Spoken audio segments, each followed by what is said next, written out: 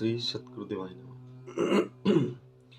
प्रिय मित्रों, माताओं, बहनों, बुजुर्गों और मेरे प्रिय अनुजों, आज फिर वीडियो की श्रृंखला में मैं आपके लिए एक बहुत ही दैनिक जीवन के लिए, आपकी आत्मा के उत्थान के लिए, स्वयं आपके कल्याण के लिए एक बहुत ही ज्ञानवर्धक वीडियो में लेके आया।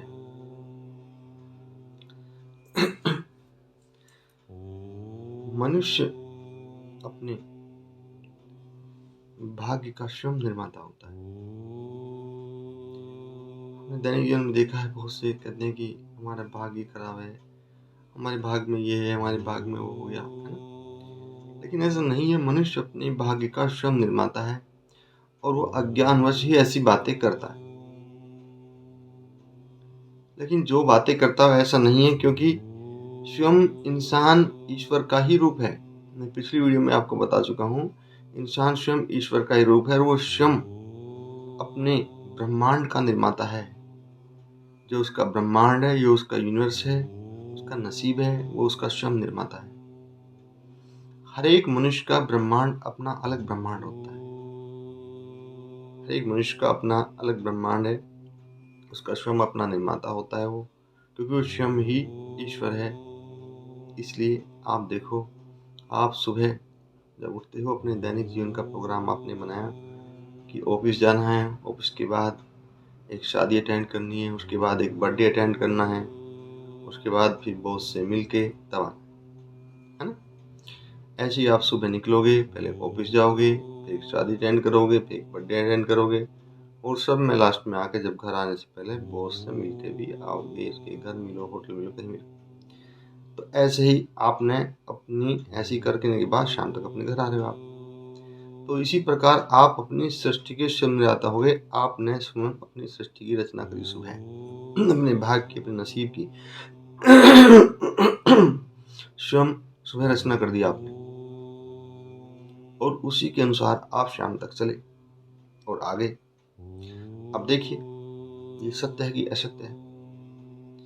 कोई भी कार्य, किसी भी कार्य की आप पहले स्वयं रचना करोगे निश्चित। आप एक मकान भी बनाओगे तो उसका मैप बनाओगे, मैप बनेगा आर्किटेक्ट के द्वारा, मैप बनेगा, मैप उसको आप देख के पास करोगे कि हाँ भैया ये सही है, क्योंकि वो आपके मकान जो बन रहा है वो आपका भविष्य बन रहा है। 10 साल, 20 साल, 50, 100, 200 साल, कितने साल चलेगा, उसकी रचनाकार आप स्वयं हैं, की रचना आप स्वयं कर रहे हैं। एक नहीं अनेक उदाहरण है। अब आप कितनी सुंदर रचना कर सकते हो अपने भविष्य की। उत्तम गुण, उत्तम पढ़ाई, उत्तम माँ बाप की सेवा, फिर अपने कार्यभार में बिल्कुल तन्मयता से, बिल्कुल तल्लीनता से अपने कार्यभार में डूब जाओ, और उसके फिर जो रिजल्ट आएगा, कितने सुंदर फूल खिलेंगे कि आपकी पूरी बगिया महक जाएगी और आसपास में सब आनंदित हो जाएंगे कि देखो कितना अच्छा लड़का है, कितनी अच्छी मेहनत करता है, कार्यभार कितना अच्छा है, सबकी सेवा करता है। ये तुमने स्वयं अपने जो है भविष्य का निर्माण किया, अपनी सृष्टि का निर्माण किया। अब इसके अगेंस्ट दूसरी सृष्टि लो। ना उठना है, ना पढ़ना है, झगड़े करने हैं और बहस करनी है। बहस करने का विषय, बेवजह फालतू की बहस का विषय आजकल एक प्रचलन बन चुका है। वो करना है, वो उन्हीं के हिस्से में आता है जो कुछ नहीं करते, तो वो करना है। फिर इसके अकॉर्डिंग अपने भविष्य के लिए कोई आपकी योजना ही नहीं है, और जब योजना नहीं तो आपने भविष्य का निर्माण नहीं किया।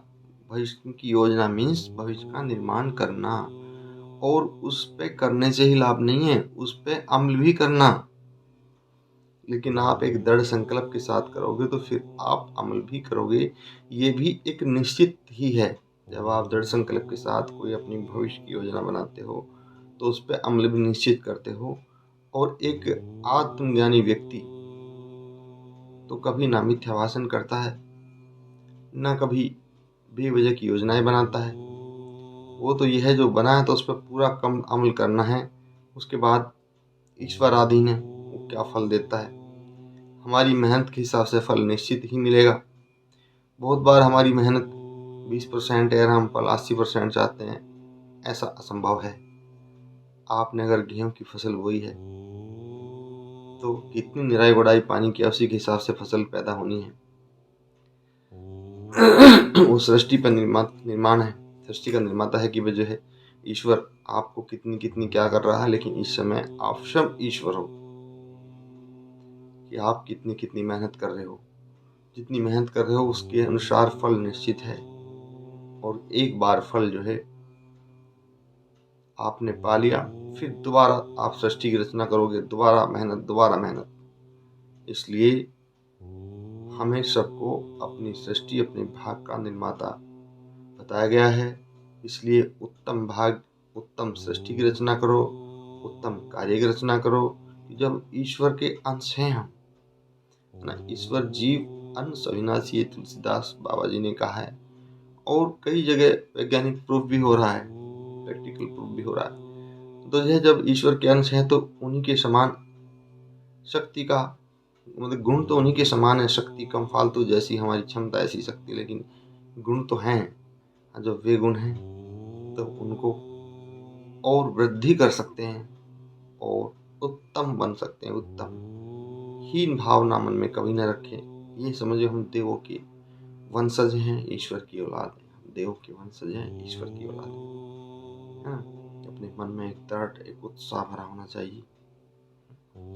इसी के साथ ही मैं अपनी वाणी को विराम देता हूँ। फिर एक अच्छी वीडियो के साथ मैं आपके सामने उपस्थित होऊंगा। तब तक के लिए